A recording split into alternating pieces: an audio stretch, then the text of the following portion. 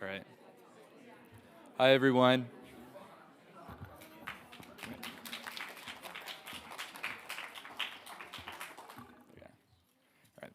Hi, everyone. Welcome to those here in person and watching online.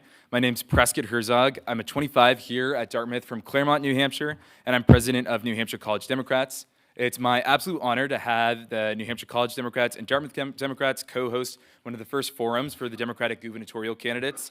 Thank you to the Rockefeller Center, who's supporting this forum in memory of Orville E. Dreyfus, 34, and the New Hampshire Young Democrats for helping turn this event from an idea to a reality. I also deeply appreciate each of the candidates making the trip up to Hanover to talk about the issues that matter most to young people. From climate change to housing costs, the stakes over who will be in the corner office in Concord come January couldn't be higher. Over the next hour, our co-moderators, Armita Merkurimi and Vidushi Sharma, will discuss these critical issues with each candidate as they make the case as to why they should earn your vote.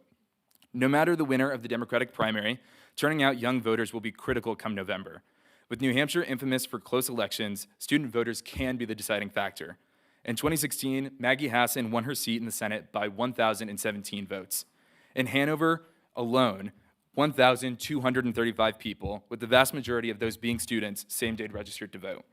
With 111 days until the September primary and 167 days until the general election, it's incredibly exciting to have our gubernatorial candidates engage with young voters early and often to have substantive conversations about the issues that matter.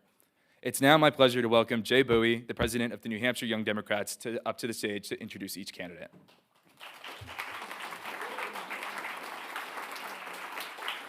For those of you who are in the front, you can tell that I haven't been in the classroom in a little bit because I spilt my drink getting out of my chair. Are we all feeling good today? Well, look, I just want to extend a special thank you to the Rockefeller Center, to Prescott's leadership, and to really helping make sure that we are continuing to set precedent for how our candidates are engaging with the young people here. To give you a little bit of an outline of what this is going to look like, each candidate will introduce themselves and be asked a different question on a topic that is relevant to young voters in the Granite State. Afterwards, we'll have a chance in the lobby for all of you to meet our candidates and talk a little bit more about their policies, their insights, and what their vision for a better New Hampshire is. And then along with that, I would go ahead and just say, you know, we are New Hampshire. We are the state that is used to grilling presidential candidates every 4 years. For our candidates, we wish you the best of luck. We know you have it in you. So, with that, I would like to go ahead and welcome our first candidate coming up to the stage, Mayor Joyce Craig. Mayor Craig had originally flipped a tough seat from red to blue in 2017 and will be joining us today.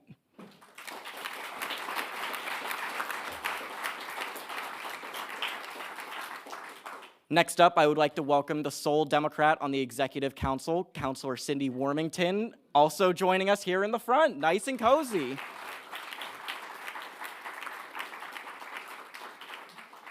And then I would like to welcome our third candidate tonight. You might have heard of Johnny Boston, but he goes by John Kuiper. John, come on up.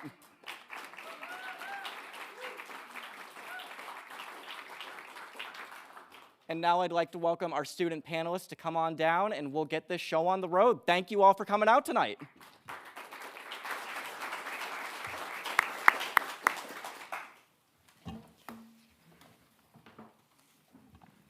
Hi, everyone. Thank you so much for being here with us today.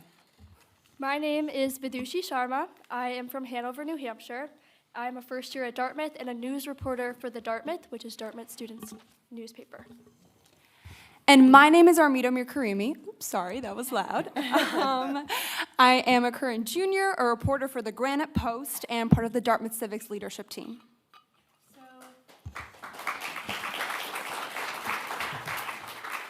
Today, we'll be asking you a series of questions about issues impacting Granite Staters, some of which were submitted by audience members in the room with us and tuning in on the live stream. We ask that you please limit your responses to 2 to 3 minutes so we can get to as many questions as possible. All right, so to start, we would love to hear from each of you personally, starting with Councilor Wormington. What is your personal journey that led you to run for governor, and why does that make you the best candidate? Thank you, and thank you to the Dartmouth Dems for hosting today. I'm Cindy Warmington, the Executive Counselor for District 2, which includes this area of the state, and have been the only Democrat on the Executive Council these past 4 years.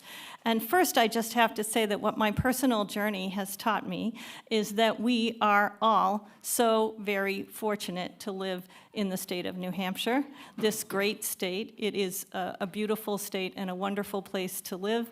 And we still, though, have to face that we have real challenges. We have an affordable housing crisis. We have an all-out assault on our public schools. We have an attack on reproductive freedom. And what we see all across the state is that the opportunity for Granite Staters to thrive, to put a roof over their families' heads and feed their kids and clothe them and give them a great education and retire with dignity, that opportunity is slipping away for too many Granite Staters. They are on shaky ground. I personally know what it means to be on shaky ground. When I was young, my dad worked at a shipyard and my mom waited tables to make ends meet. They were able to buy a small house and put a roof over their 4 children's heads. But in my teenage years, they ran into financial difficulties and they went through bankruptcy. It was a really scary time for me. I had to really step up in my family. I had to get a job at 15 years old. I know what it's like to worry about whether you're going to have a roof over your head. By 17, I was financially sufficient. All of this was scary and difficult, but it also gave me the grit that you see today and at the Executive Council table. I got to go to college. I was the first one in my family to ever go to college. I worked 2 jobs, 30 hours a week to pay my way through. Took my first job out of college at Lakes Region General Hospital in the laboratory. I worked in healthcare for 20 years, and as a healthcare attorney for 20 years. I was a working mom, raised my children while working full-time. And all of these experiences, practicing law, working in healthcare, raising my family, and knowing what it's like to worry about having a roof over your head is what guides me on the Executive Council. I see everything that's happening in state government, and this is what drives me to be governor, and I will make every single decision I make through the lens of the working family that needs to make ends meet. Thank you.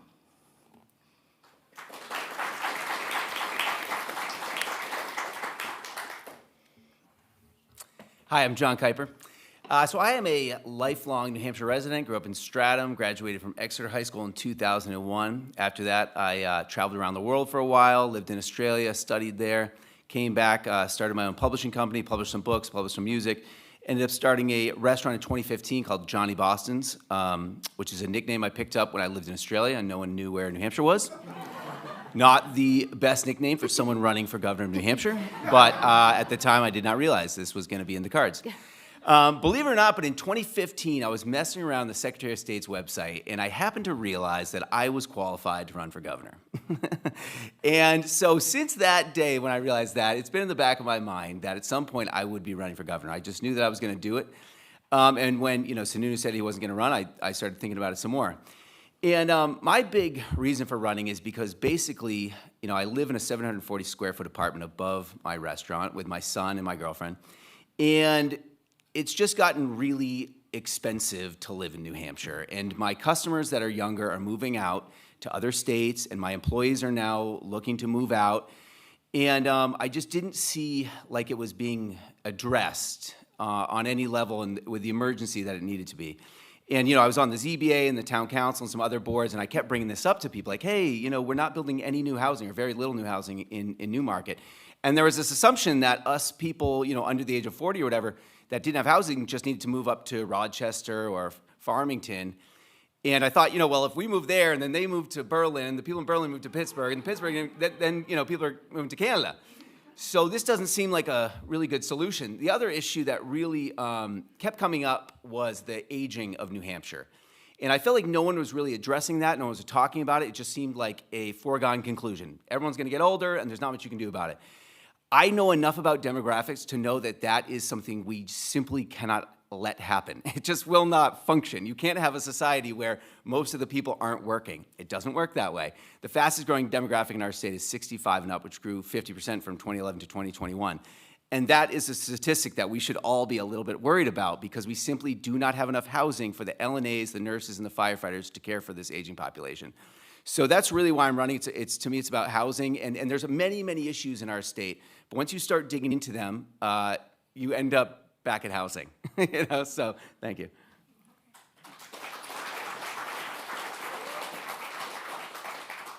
Good evening. I'm Joyce Craig, and I too want to thank everyone who helped put this together and all of you who are here tonight. This participation is wonderful, and I appreciate you taking the time out of your busy schedules to be here.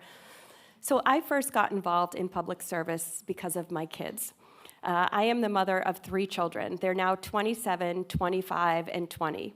But when they were young, I was very involved in their elementary school, doing a lot of volunteering. And at the time, I saw that our teachers were struggling. And so I wanted to make a change in that, and I decided to run for school board. And I won my neighborhood seat. So I served on the Manchester School Board for 1 term. I decided then to run for city council because in Manchester, the budget is done by the mayor and approved by the city council. That includes both the city and the school district. And at the time, our school district needed more money, and I wanted to play a part in making sure they were more adequately funded.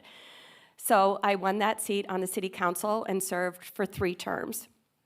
At the time, I worked under a mayor who was not addressing our city's challenges or creating opportunities for our residents, and they were just passing by. So I decided to run for mayor and served as mayor of the city of Manchester for 3 terms. As mayor of Manchester, I was able to put forward the annual budget of just shy of $400 million every year, set the vision for the city, and was on the front line of dealing with our statewide challenges every single day. In Manchester, we don't have a city manager, so it was my job to nominate commissioners and manage every single city department. As mayor, I was able to put forward solutions to many of our city-wide challenges. Today, we have over 2,000 housing units in development. We strengthened our public schools. We brought in over 7,000 family-sustaining jobs. We decreased opioid overdose deaths by 15%. We made tremendous progress at the local level, but what I noticed was we didn't have support from the state. And that's exactly what I'm hearing from other local communities as I travel around this state. We need a governor who understands the challenges that we're facing at the local level and who will work with our local communities to make sure they're getting stronger and our residents have the opportunity to succeed. That's why I'm running for governor. We have tremendous opportunities in our state, but we need a governor who understands the challenges and has worked to put solutions forward to these challenges and can help our other local communities do the same. And that's what I look forward to doing.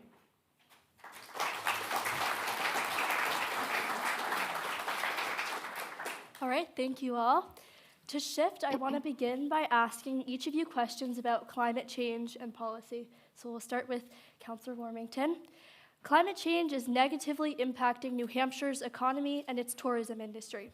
In fact, in a recent exhibit at Baker Library here at Dartmouth, a student project showed that if climate change continues progressing at its current rate, New Hampshire will experience a 20 to 50% reduction in days cold enough for ski mountains to make snow.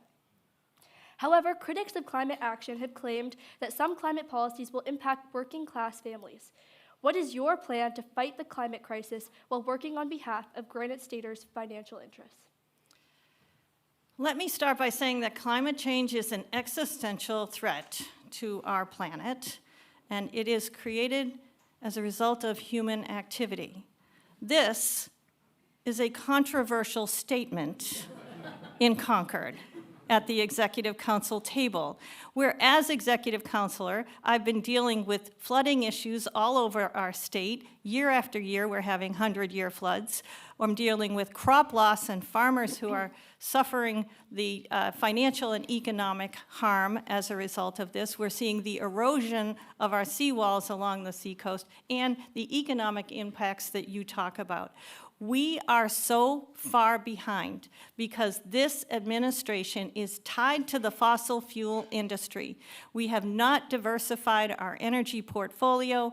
We need to invest in energy efficiency, and that is why I am the only candidate in this race who has put forward a clean energy economy plan. It starts with finding net zero emissions by 2040. Then we move on to leading in the electrification of our transportation industry. We have so few EV charging stations. We are basically a donut hole in New England. We are going to embrace renewable energy sources. This governor is hostile to both energy efficiency and renewable energy, in particular solar. We are the only voices who are not at the table to discuss the wind project in the Gulf of Maine. And we are going to add jobs because this is the big secret that Republicans just won't talk about, is that you can address climate change and boost your economy. In fact, the opportunity is right there, ready for the taking. We just need the right leadership to do it and get it done. And I just want to point out that our Republican opponent, Kelly Ayotte, has given billions of dollars in tax breaks to the oil and gas industry. If she is governor, that is the policy that will be guiding us into the future. We have to take action now. Thank you. Mr. Kuiper, if elected governor, what would be the first piece of climate legislation that you would advocate for and hopefully sign? I want to sue ExxonMobil for knowingly causing global climate change.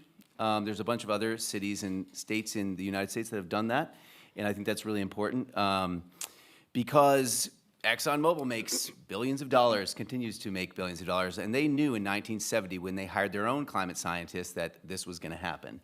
And I find that just unconscionable that we would allow that to continue and allow them to continue to make a profit without having to give money to us. I mean, right now, on the coast, because of the damage of the flooding, our congressional representatives got $20 million to fix up the coastline, which is great. But that's $20 million coming out of taxpayer money. You know, why isn't ExxonMobil and these other petroleum companies paying for the damage that's been caused that they knew would happen? I think it's also worth noting that ExxonMobil is also the largest maker of single-use plastics, another huge problem. And I think it's just really important that we hold corporations accountable. We did this with Purdue Pharma. We sued them for damaging and hurting our state, and I think we can do the same thing with ExxonMobil and the other petroleum industries. Thank you. Thank you. And Mayor Craig, as governor, how would you plan to work with local municipalities to address their specific climate and environmental needs? Thank you for the question. So as governor, you have an opportunity to work directly with local communities, and the important thing is to listen and to learn and to show them what we can do from a leadership perspective.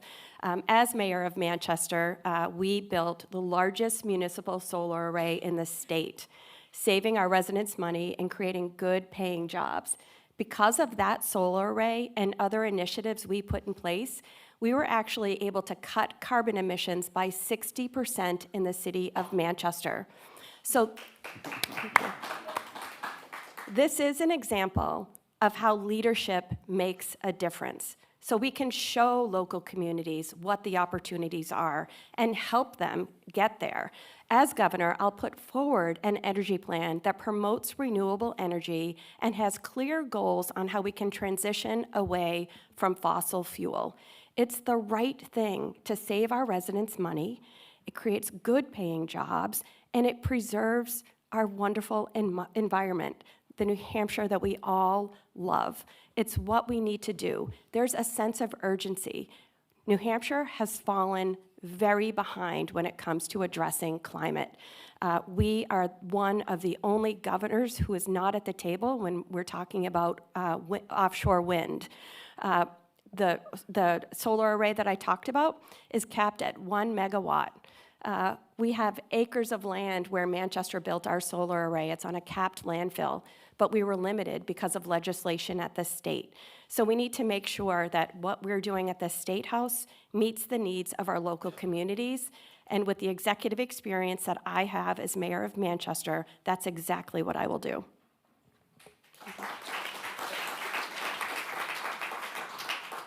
Great. Now, moving on to voting rights, a top-of-mind issue for many Granite Staters. Councilor Warmington, recently, House Bill 1569 passed the state Senate in a 12-11 vote. This bill would require folks to bring hard proof copies of their citizenship, such as passports, naturalization papers, birth certificates, and would do away with the current affidavit system.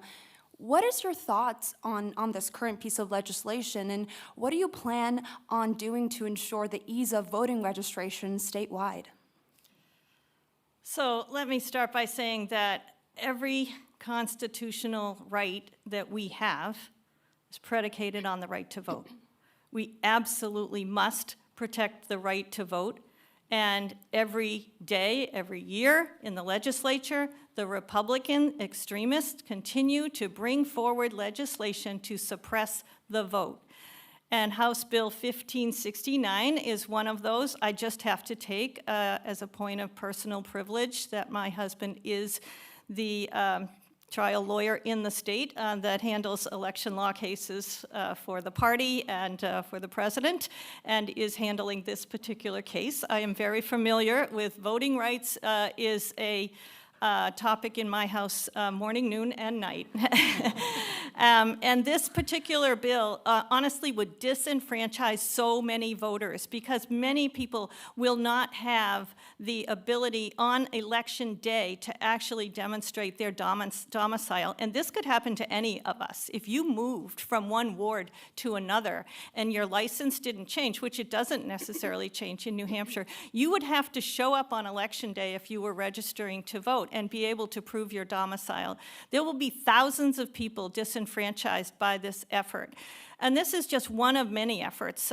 You know, we have just in the past few years seen a case where the Republicans brought forward an affidavit that had a misleading statement on it that would have suppressed the vote, that they brought forward another case that requires provisional ballots, which is being questioned, litigated now, and will hopefully be found unconstitutional. There is a concerted effort to suppress the vote because when Democrats vote, we win, and they know it. And they're going to keep it up, and we need to have a united front against voter suppression in our state.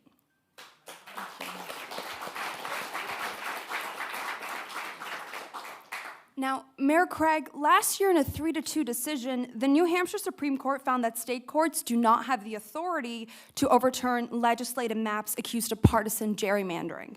What is your plan to stop future legislatures from passing political maps that favor one party over another?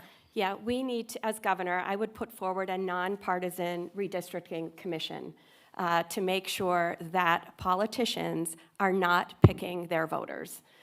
We need to make sure that we are doing everything we can to make voting effective and efficient for individuals who live in our state.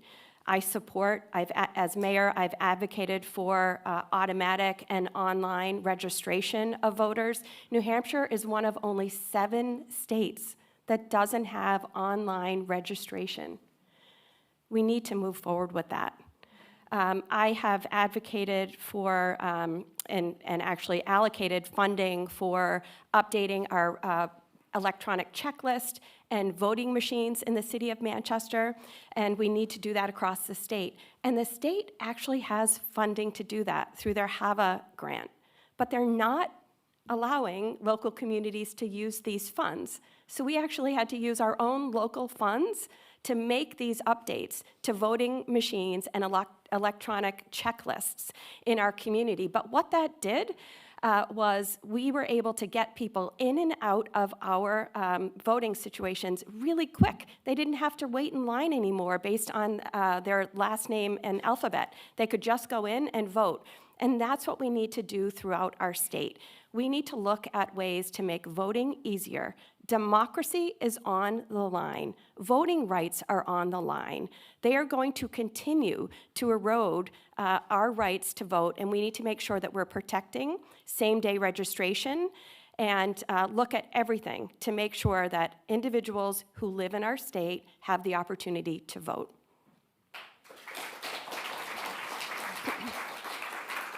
Mayor Craig, you mentioned online voter registration. Mr. Kuiper, I wanted to ask you about that. Are you in support of developing a portal? And if so, how do you think that can actually happen given resource and budget constraints?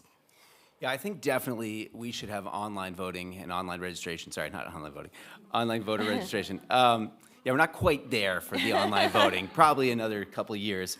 But yeah, I think it's just really important that as many people as possible can vote, and there are not obstacles. I've worked a lot of elections on the town council, and I think New Hampshire generally does a really good job with our elections. I don't think there's any shenanigans going on that the Republicans would like to suggest that there are. But that said, I think anything we could do to get more people in, registered and ready to go would be good. And in terms of funding, I always am a firm believer that when it comes to democracy, we should not let budgetary concerns, be a hurdle that we're not willing to jump over, because it's fundamental, to democracy that everyone is able to vote. Thank you for the question.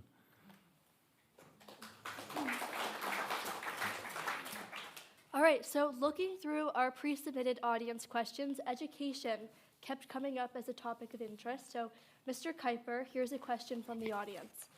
Given all the financial challenges facing public higher education in New Hampshire, so the university and community college systems, what is your stance on increasing state support for these institutions, which are critical to ensuring a strong workforce in New Hampshire? Definitely. I mean, I hate being at the bottom of the list for funding of public education, or for public universities. I hate it when I hear that statistic, and we need to increase the funding. One of the reasons this country had a boom in the 50s and 60s was because we had the GI Bill, and that was crucial to getting us where we are today. And I think that,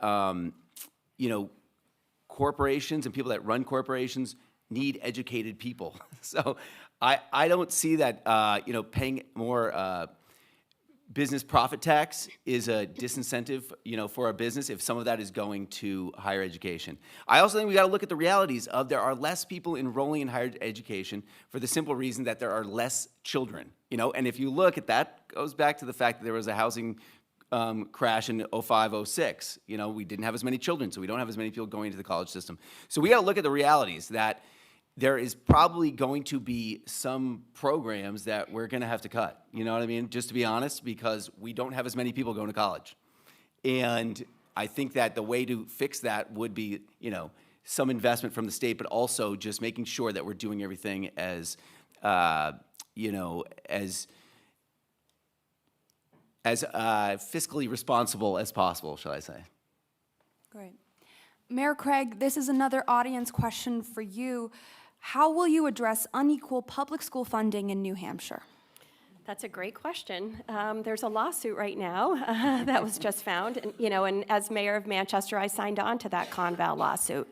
We need to stop pitting communities against each other and make sure that we are adequately funding public schools in our state.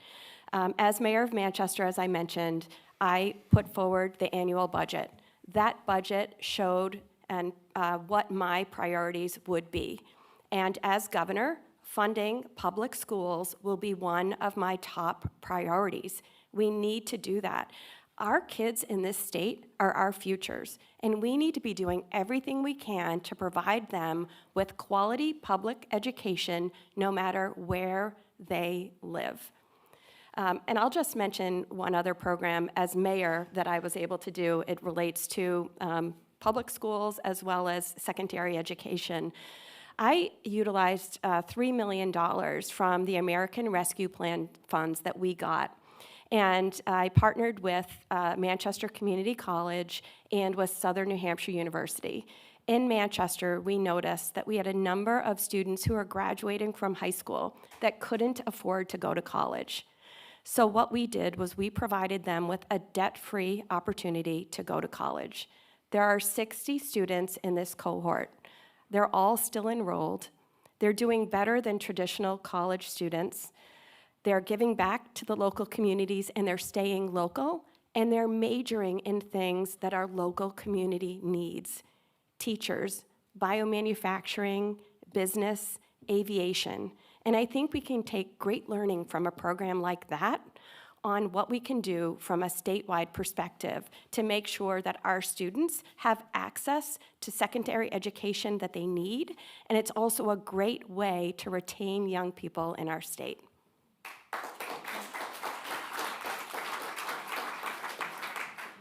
Councillor Warmington, this is again another audience question. What is your stance on funding for higher education in the state? Tuition at UNH is one of the highest in state tuition in the country, all the while cuts are occurring. So every single kid who wants to go to college should have the opportunity to go to college. And I can say that as somebody who speaks from the perspective of someone who would not be sitting here and would not have gone to college if not for the opportunity of higher education being made available to me and a Pell Grant being made available to me. I was able to work my way through college, 30 hours a week, all through college, to pay my way through. I was able to do that. Nowadays, even working 30 hours a week, there is no way that children, our kids, would be able to pay their way through school. The fact that we are not investing in our future, the next generation, is so foolhardy that we are undermining our own future and our own economy. We need to be working with our higher institutes of higher learning. Yes, they need to be working on the economies of scale and saving where they can on efficiencies, but we need to be investing in our future. This is how we will attract business to our state, and this is how we will attract families to our state. We need to be investing in our future. That also starts with making sure that our kids are well prepared to go to college, which means having great public schools. And right now, we have a Commissioner of Education, Frank Edelblut, who is single-handedly dismantling our public schools. Well, not single-handedly, with the help of Republican extremists in Concord, dismantling our public schools, diverting money away from our public schools. The $66 million that is going to go to this voucher scheme of Frank Edelblut's this year would be better invested in higher education. We're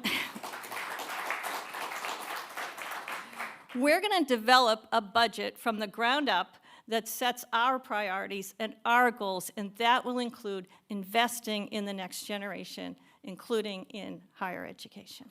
Thank you. Just a quick follow-up to anyone who would like to take the question. We talked a lot about how difficult it is for young people to go to college in the state of New Hampshire, period. What are your thoughts on developing trade programs in the state? Yes, happy to. Great, go for it. You want to go ahead?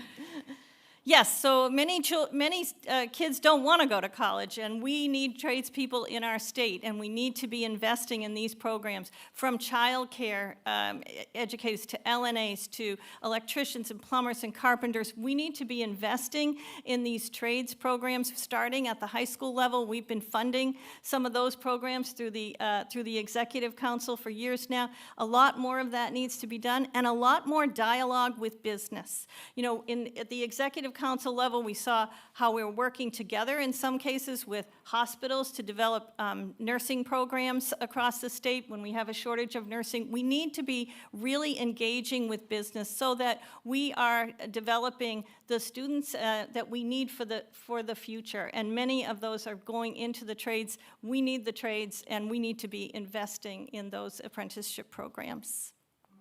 Mr. Kuiper.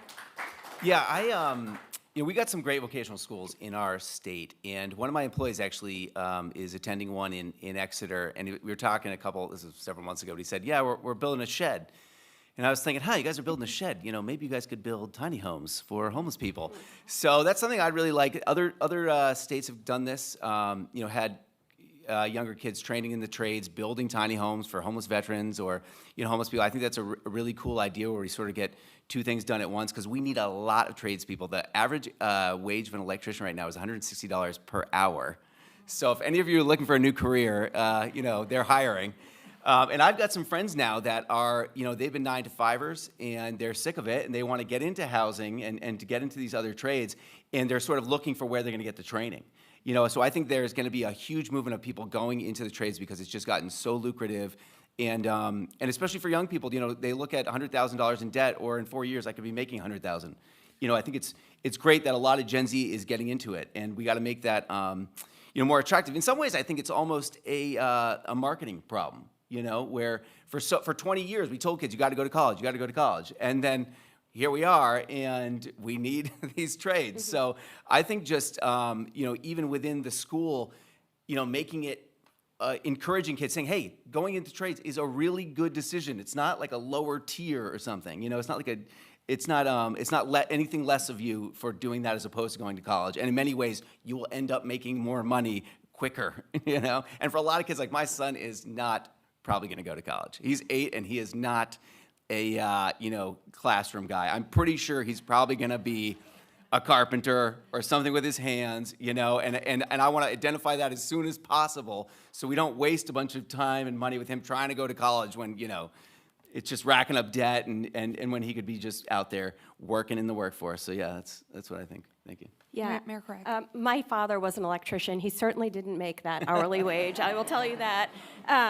But I agree with you, John. This is a marketing challenge, and we need to make sure that young people and families in our state understand what these opportunities are. We also have very strong building trade unions in our state, and I'm very grateful that they're supporting my campaign, but they have tremendous programs, training programs, 1-year, 2-year training programs that our youth can just walk right into and then get a great job after. So it's really something that we need to make sure people understand. And I'll mention a great nonprofit that's in Manchester. It's called Girls at Work. And it empowers young girls by using power tools. And I think when we think about the trades as well, it's a male-dominated industry, and we need to make sure that females understand that this is an option for them as well. And it's all about the communication and how we get that information out there. Wonderful. So now we're going to ask a series of individual questions about a variety of topics. So we'll start with Councillor Warmington. Both Dartmouth and the University of New Hampshire recently saw pro-Palestinian protests and counter-protests in main spaces on campus, with 89 people arrested in Hanover and 12 arrested in Durham. Before the arrests, Governor Sununu called pro-Palestinian protests, quote, 100% anti-Semitic, and supported the school and law enforcement's response. If you were governor, how would you have responded to the protests at Dartmouth and at UNH? I believe the First Amendment is the cornerstone to our democracy. And we have to honor and respect everyone's right to free speech in our country. It is fundamentally what we are based on. And obviously, we need to allow anyone to protest. When that crosses into violence, there needs to be interaction to make sure that we keep the community safe. But just because people are saying things that are disagreeable, even offensive, is not a reason to intervene. And I think people need to be allowed to express themselves, and of course, in a way that does not create a threatening or unsafe or violent environment. All right. Mr. Kuiper, As you might already know, New Hampshire is the only state in New England without a proactive protections for abortion. Do you support codifying abortion? And what do you want the future of reproductive rights in New Hampshire to look like? Yeah, I do support that. I do support codifying Roe into law. And I think it would be really nice to get to a point where this was not like a football that's getting bounced back and forth depending on who's the governor and who's in the legislature. So I think it's really important that we codify that in the Constitution. But it's important to realize that to do that, it's not going to be enough for the governor to be a Democrat. We need majorities in both the houses and, preferably in the executive council as well, as hard as that might be. So that's why it's really important to me that we work on getting the unaffiliated voters to show up and vote Democrat. That is really the core to winning. There are simply not enough Democrats in this state for us to win. We only make up about 30% of the state. And if you look at the previous couple of cycles, the Republicans have just done a better job of getting those unaffiliated voters. So if you look at who they are, they're generally younger, generally working class people. So that's really why I'm in this race, because I think I can win those people. I think I can get young people to turn out. And I think that they will turn out because they will see in me themselves. And they realize that I am going to approach their problems with the urgency of someone who has the exact same problems, particularly when it comes to housing.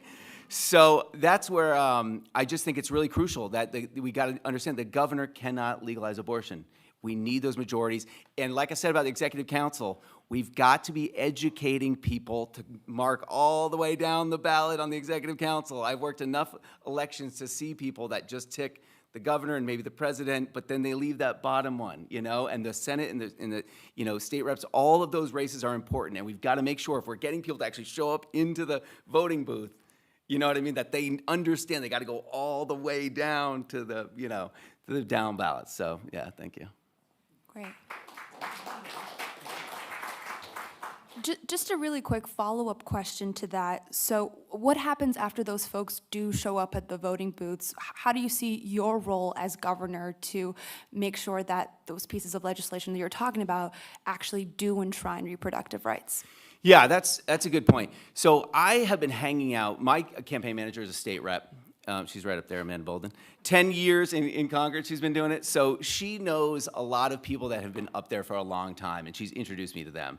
So as governor, I plan to take a lot more active role than I would say our current governor does in terms of how legislation is getting written and just using the bully pulpit as much as I can to, if I have to go there and say, hey guys, this is what we're doing, you know what I mean? And just take a much more active role in the legislative process. Great, thank you. Now, Mayor Craig, this is another audience member asked question that we both found particularly important. So they ask, as the former mayor of the largest city in New Hampshire, they were wondering how you dealt with the opioid and fentanyl epidemic present in New Hampshire in your time as mayor, and how you plan to work towards solving this issue as governor. Thank you. So as you may know, Manchester was home to what was called Safe Station. It was the only opportunity for residents in our entire state to get help when I first became mayor. All of our fire stations were open 24/7. Anybody could come in and they would get connected to services. Soon after I became mayor, though, I realized that it was taking too long. And we were losing people between the time that they came into the fire station and could get them to services. So we got all of our nonprofits in the city together, and we shortened the time frame for getting people to services and became more successful in terms of saving lives and getting people into treatment. We also implemented evidence-based programs. We have our fire department going out in what's called Squad 1, being proactive, working with individuals who are addicted to substance use disorder.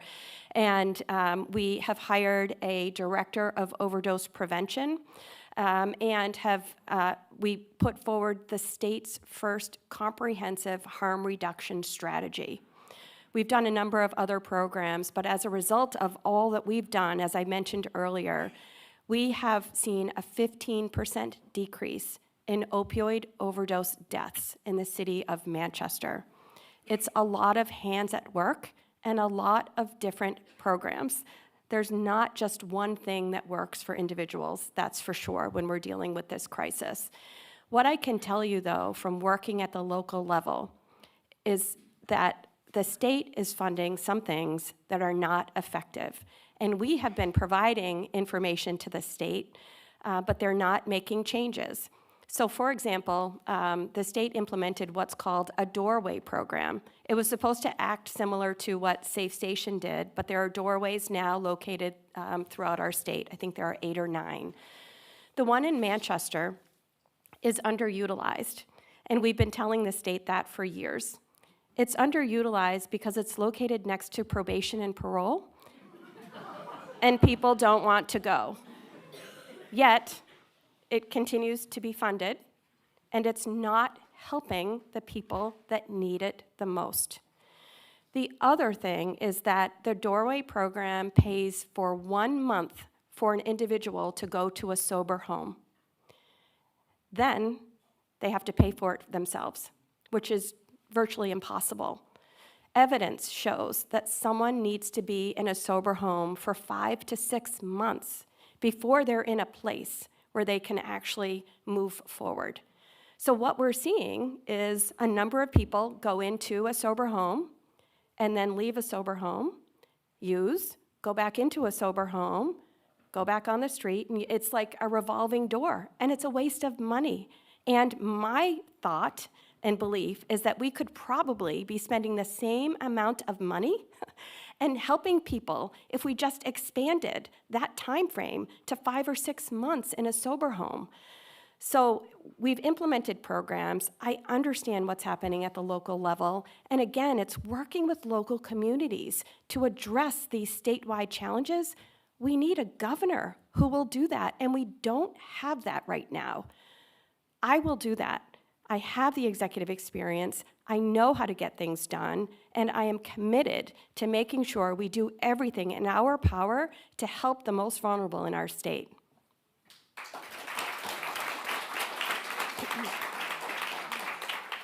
All right, one question for all of you. Perhaps we could start with Mr. Kuiper. As we've heard multiple times, housing shortages is a big issue facing Granite Staters. As governor, how would you approach housing shortages in the state? Yeah, so I have really been focused on housing since 2015 when I got on the ZBA, and at the time, accessory dwelling units that were not attached were not allowed. And it took me about 5 or 6 years of just pushing the town council and the zoning board and the planning board to allow unattached ADUs, and finally they legalized them just shortly after I left the board. And I think that's going to be a huge thing, unattached ADUs. It's tiny homes in people's backyards. But I think the reality is we're going to need a ton of different solutions because our state is really big and we have local control, which means that the locals have a lot of control over what sort of housing they have, that they are allowed to build.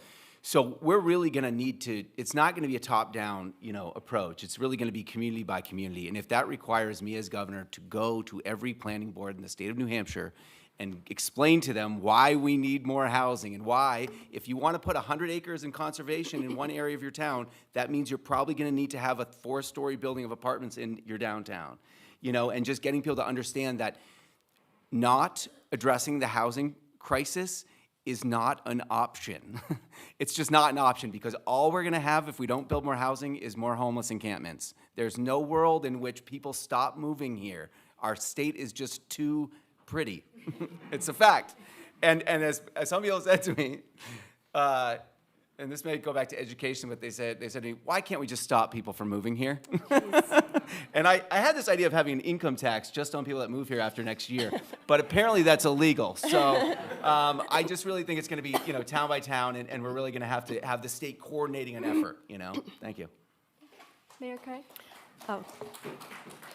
So the statewide projections are that we need 60,000 housing units by 2030. So we need to start building now. I'll go back to my experience in Manchester. We have now over 2,000 housing units in development. As mayor, I allocated over $30 million toward affordable housing initiatives and negotiated with developers to build more affordable housing. This past December, we broke ground on one of the largest affordable housing developments in the state. So I have the hands-on experience I've done this. I understand how to negotiate with developers, how to incentivize more affordable housing, and how to work with local communities, to John's point, to build housing that meets their needs. That's really critical. And as I'm traveling around this state, I'm hearing more from these local communities who actually do want housing, but there are issues. Like for some of the smaller communities in our state, they don't have the infrastructure. They want the housing, but they can't afford the water and the sewer. They can't put that on the backs of our local local taxpayers. So if the state really wants housing, and I do, and we need it, we need to work with those local communities and provide funding, whether it's at the state level or going to our federal delegation, but we can't let these hurdles and obstacles continue to be in the way. We need to move forward with building housing so that our children and our hardworking families can afford to live in our state.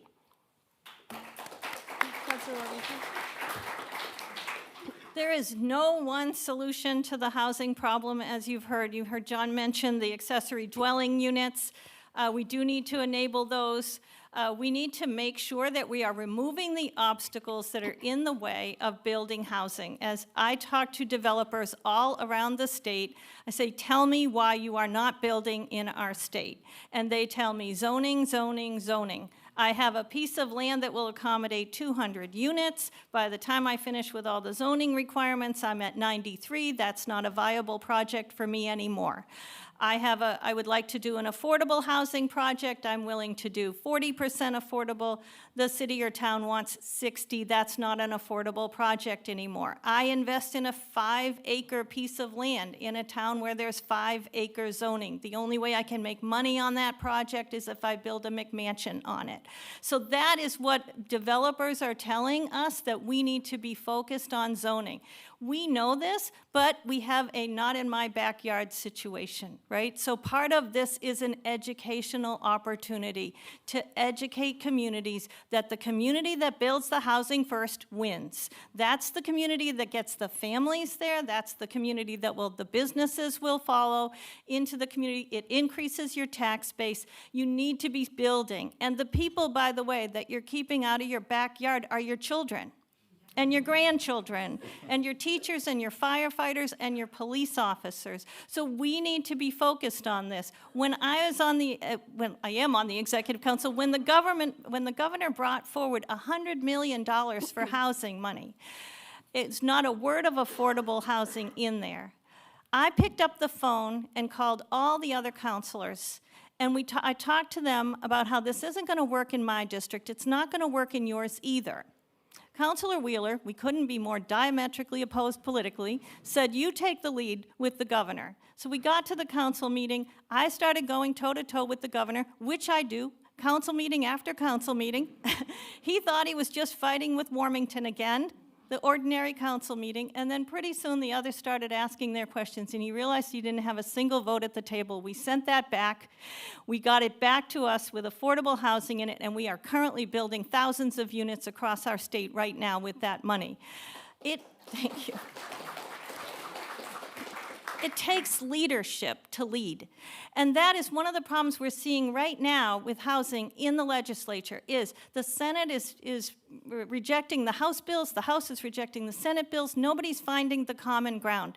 The hallmark of my time on the Executive Council, being the only Democrat on the Executive Council, is being able to reach across that table, to know when we need to stand our ground, but also know how to find the common ground. It's the only way you get anything done in Concord. And that's what I have been doing for the last 4 years. And I have been working with the legislature, the Executive Council, the governor's office. I will not have to spend my first term finding my way around the State House. I know every commissioner of every agency in our state, and I have been working with them for years now, and I know the whole state and the differences across our state. The needs for housing and the solutions for housing are different in our cities than they are in our towns, in our rural areas. They're different in the North Country than they are in our farming communities, and we need to have somebody who understands the whole state, and I have been working on this issue diligently on the Executive Council for years now. Thank you. All right, one final question for all of you. We can start with Mayor Craig. Why is it important for young people to vote in this specific election? Because democracy is on the line. I think tonight is a great example of young people participating and being proactive, and it's really, really great to see, and I want to thank you. And it just shows how important it is for young people to speak up, because the state that we want to build is a state that we want you to be part of. When I got here tonight, I spoke to a number of the students, and all of them were not from New Hampshire. And my question was, what do we need to do to make sure when you graduate, you stay here? And that's my view. That's, as governor, that's what I want to do. I want to build a state where young people want to come and stay and raise their family and work here. That's how we build a thriving communities throughout our state. But for young people to vote, it shows that you care and that you want to participate, and that's what's most important. We need to encourage it at every point that we can. Mr. Kuiper? Yeah, I think it's really important. That's why I'm here, is to show young people that we need to get, younger people, I'm 41, I can't really keep saying I'm young, but that, we need to get involved in every campaign. We need to vote, we need to show up, we need to go run for school board, town council, alderman, every possible, ZBA, even the boring ones, get out there and do it.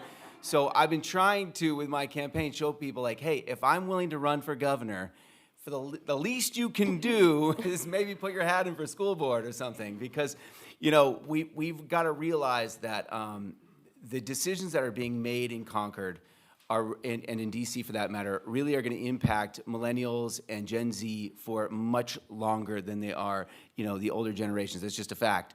So when we get in there and we start voting and we start speaking our mind, and when we vote as a block, this is what's really important. If we young people vote together, we are now a voting bloc that they have to listen to. And when we say, hey, we need housing, hey, when we say we need environmental protections, we're tired of PFAS, we're worried about microplastics, we're worried about global warming, that is how we get the attention. I hate to say it, but politicians just need to see voters or else they're not going to listen to us. So that's really why I'm in this, is to motivate young people like, hey, we've got power. And this is a very important thing, baby boomers, for you guys to all realize. As of 2020, you no longer have enough votes to win elections without millennials, without Gen Z, without Gen X. So we now have power here, and we just need to exercise that power. But if we don't vote, we have no power. It's all at the ballot box. So that's, yeah. Thank you. Councilor Wilmington? Young people should vote because this is your future. And this is it. And everything is on the line in this election. Honestly, the contrast could not be more clear. If Donald Trump is elected president, I don't know that we'll have a democracy for the future. This is your future. This is your children's future. We see in our state a contrast that could not be more clear. Are we going to have a state that provides an adequate education for every child, or are we going to completely dismantle public schools and leave it up to parents to educate their own children?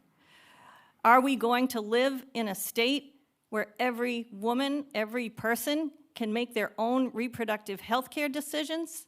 Or are we going to live in a state where Kelly Ayotte, who sponsored a national abortion ban and helped usher Gorsuch around the Supreme Court to overturn Roe v. Wade, are we going to live in a state that has the kind of restrictions that we're seeing all across the country that are endangering the lives and the health of women everywhere? Are we going to live in a state where every single family can afford to put a roof over their heads and feed their kids and clothe them and give them a great education and retire with dignity? If we're going to live in that state, then we need to vote. Everyone needs to vote. I would also add, we haven't talked about it, but are we going to live in a place, in a state that is free from discrimination in all of its ugly forms? Are we going to live in a state where our leaders are leading with hate? Kelly Ayotte presents a real threat to our state, to our public schools. She would continue the voucher plan. She would certainly endorse the 15-week or 15-day abortion ban. She would most certainly continue along with the fossil fuel industry that we have seen. We know what we have in our future.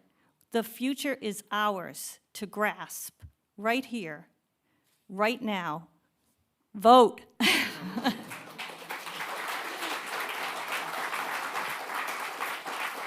All right. Please join us to thank our candidates again for being here today. Thank you. What a wonderful conversation. Thank you so much for you guys for being here and those tuning in on the live stream. There are 3 designated areas outside where you can go chat with all of the candidates and ask them your questions, and there's also refreshments. So thank you so much again for being here. Thank you. Please let the candidates make their way Thank to you. the foyer and